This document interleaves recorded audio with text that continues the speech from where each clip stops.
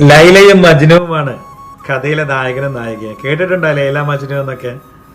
അല്ലെ, തീവ്രമായ പ്രണയത്തിന്റെ സ്നേഹത്തിന്റെ അഗാധമായ ഗർത്തങ്ങളിൽ അകപ്പെട്ടു പോയ രണ്ട് വ്യക്തിത്വങ്ങളാണ് ലൈലയും മജ്നു എന്ന് പറയുന്നത്. അതായത് മജ്നു എന്ന് പറയുന്ന യുവാവിന്റെ പേര് ഖൈസ് ബിൻ മുവല്ലഹ എന്നായിരുന്നു കേട്ടോ. ലൈലയുടെ പേരെന്താണെന്ന് അറിയാം നിങ്ങൾക്ക്? ലൈല അല്ല, മീരിയ എന്നായിരുന്നു. രണ്ടുപേരും സഹപാഠികളായിരുന്നു. സ്കൂളിലൊക്കെ ഒരുമിച്ച് പഠിക്കുന്ന സമയത്ത് തന്നെ പ്രണയത്തിലകപ്പെടുകയും അതുപോലെ തീവ്രമായ സ്നേഹത്തിൽ അവര് വീഴുകയും ചെയ്തു എന്നുള്ളതാണ്. അങ്ങനെ ലൈലയോട് ഒരിക്കലും ചോദിക്കുന്നുണ്ട് ലൈലയുടെ വീട്ടുകാരൊക്കെ, ലൈല നീ എങ്ങനെയാണ് ഖൈസിനെ ഇഷ്ടപ്പെടുന്നത്, എന്താ അവന്റെ അടുത്തുള്ളത് എന്നുള്ളത്. ലൈല പറയുന്ന ഒരു വാക്കുണ്ടിട്ട് എന്താണെന്നറിയോ? നിങ്ങൾ എന്റെ കണ്ണിലൂടെ നിങ്ങൾ ഖൈസിനെ കാണണം, എന്നാലും നിങ്ങൾക്ക് മനസ്സിലാവുള്ളൂ ഖൈസിന്റെ സൗന്ദര്യം എന്താണ്, എത്രത്തോളം ഭംഗിയുണ്ട് ഖൈസിനെ എന്നുള്ളത്. അങ്ങനെയാണ് ഖൈസ് ലൈലയെ ശക്തമായി പ്രണയിച്ചത് എന്നുള്ളതാണ്. ലൈല ഖൈസിനെ പ്രണയിച്ചതും അങ്ങനെ തന്നെയാണ്. അവരുടെ പേരിലൊക്കെ കവിത, ഈ ഖൈസ് എന്ന് പറയുന്ന ആ നാട്ടിലെ ഒരു കവിയായിരുന്നു കേട്ടോ. ഒരുപാട് കവിതകൾ എഴുതുമായിരുന്നു അവൻ, ഒരുപാട് ഗാനങ്ങളൊക്കെ അവന് ഉണ്ടാക്കുമായിരുന്നു. അങ്ങനെ ആ നാട്ടിലെ സാഹിത്യകാരനും കവിയുമൊക്കെ ആയിരുന്നു എന്നാണ് ചരിത്രങ്ങളൊക്കെ പറയുന്നത്. അങ്ങനെ ഇരിക്കുമ്പോഴാണ് തൻ്റെ തീവ്രമായ സ്നേഹത്തിനൊക്കെ പ്രതിബന്ധമായിക്കൊണ്ട്, അത് പ്രതിസന്ധിയായിക്കൊണ്ട് ലൈലയുടെ വീട്ടുകാർ മുന്നിൽ വരുന്നത്. ഒരിക്കലും ലൈലയുടെ വീട്ടുകാർ സമ്മതിച്ചിരുന്നില്ല ഖൈസിനുമായിട്ടുള്ള ബന്ധത്തിനും പ്രണയത്തിനും. അങ്ങനെ ലൈലയുടെ അച്ഛനൊരു തീരുമാനമെടുക്കുകയാണ് വാപ്പ. എന്താണെന്ന് വെച്ചാൽ ലൈലയെ കല്യാണം കഴിച്ചയക്കണം. അങ്ങനെ ലൈലയെ കല്യാണം തീരുമാനിച്ചു. ഒരുപാട് കിലോമീറ്ററുകൾ അകലേക്ക്, ആയിരക്കണക്കിന് കിലോമീറ്ററുകളൊക്കെ മരുഭൂമിയിലാണെന്ന് ശ്രദ്ധിക്കണം കേട്ടോ. അന്നത്തെ കാലമാണ്. ആയിരക്കണക്കിന് കിലോമീറ്റർ അപ്പുറം തായിഫിലാണ് എന്നാണ് എൻ്റെ ഓർമ്മ.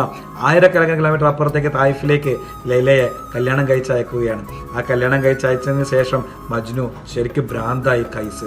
അങ്ങനെ ഭ്രാന്തൻ എന്ന് വിളിക്കാൻ തുടങ്ങി ലൈലയുടെ പ്രണയം കാരണം ജനങ്ങളൊക്കെ. അങ്ങനെയാണ് മജ്നൂൻ എന്ന് പറയുന്ന പേര് ഖൈസിന് കിട്ടിയത് എന്നുള്ളതാണ്. അങ്ങനെ ലൈല മജ്നുവിനെ പിഴിഞ്ഞു പോയി. അങ്ങനെ മജ്നു ഭ്രാന്തായിക്കൊണ്ട് കവിതകളൊക്കെ എഴുതിക്കൊണ്ട് അങ്ങനെ നടക്കാൻ തുടങ്ങി. അങ്ങനെ മരുഭൂമിയിലെ മണൽത്തിട്ടകളിൽ പോലും ലൈലയെക്കുറിച്ച് മജ്നൂൻ കവിതകളൊക്കെ എഴുതി തുടങ്ങി എന്നുള്ളതാണ്. അങ്ങനെ ഈ വാർത്ത സഹിക്കാനാവാതെ മജ്നു മരുഭൂമിയിൽ ഒറ്റയ്ക്ക് താമസിച്ചു തുടങ്ങി. ദൈവത്തോട് പ്രാർത്ഥിച്ചു ജീവിച്ചു എന്നാണ് പറയുന്നത്. അങ്ങനെ ഇരിക്കുന്ന സമയത്താണ് ലൈലയും ഈ ദുഃഖഭാരത്താൽ, പ്രണയത്തിൻ്റെ ഈ ദുഃഖഭാരത്താൽ, ഒരുമിക്കാൻ കഴിയാത്ത വിഷമത്താൽ, വ്യസനത്താൽ ലൈല അങ്ങനെ മരണമടയുകയാണ്. ലൈല ഈ നാട്ടിൽ. അങ്ങനെ ലൈല മജ്നു എന്ന് പറയുന്ന ഒരു കേവ്, ഒരു ഗുഹ ഇപ്പോഴും ആ നാട്ടിലുണ്ട് എന്നാണ് പറയുന്നത്. അങ്ങനെ ലൈല മരണമറിഞ്ഞ വിവരം ഈ ഖൈസിനെ അറിയിക്കുന്നതിന് വേണ്ടി, മജ്നുവിനെ അറിയിക്കുന്നതിന് വേണ്ടിയിട്ട് നാട്ടുകാർ മജ്നുവിനെ തേടി നടക്കുകയാണ്. അങ്ങനെയാണ് കഥ പറയുന്നത്. ഈ വേറെ രീതിയിൽ അതിന് വേർഷൻ ഉണ്ട് കേട്ടോ. പക്ഷേ മജ്നുവിനെ നടക്കുന്ന സമയത്ത് അവസാനം അവർ ലൈലയുടെ ഖബറിൻ്റെ അടുത്തേക്ക് എത്തുമ്പോൾ കാണുന്നത് ഖൈസ് എന്ന് പറയുന്ന മജ്നുൻ ലൈലയുടെ ഖബറിൻ്റെ പുറത്ത് വീണ് മരിച്ചു കിടക്കുന്നതാണ് കാണുന്നത്. സ്നേഹം എന്ന് പറഞ്ഞാൽ ഇങ്ങനെയാണ് മക്കളെ, പ്രണയം എന്ന് പറഞ്ഞാൽ ഇങ്ങനെയാണ്.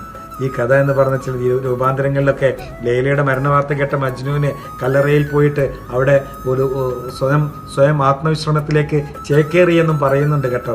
ചില രൂപാന്തരങ്ങളിൽ മജ്നുവിനും അവളുടെ കല്ലറയോടൊപ്പം മരിച്ചു എന്നാണ് പറയപ്പെടുന്നതൊക്കെ തന്നെ. ഈ കഥയുടെ പ്രസക്തി എന്ന് പറയുന്നത് ലൈലയും മജ്നുവിനും പ്രണയത്തിൻ്റെയും ശുദ്ധതയുടെയും ആത്മാർത്ഥതയുടെയും പ്രതിനിധീകരിച്ചിരുന്ന ഒരു പ്രതിനിധികളായിരുന്നു എന്നുള്ളതാണ്.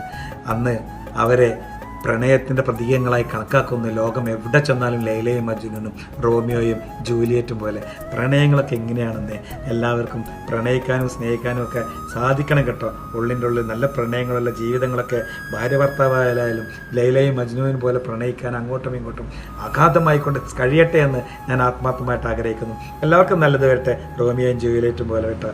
എല്ലാവരോടും ഒരുപാട് പ്രണയത്തിൽ സാധിച്ച സ്നേഹം മാത്രം. Thank you. നമസ്കാരം.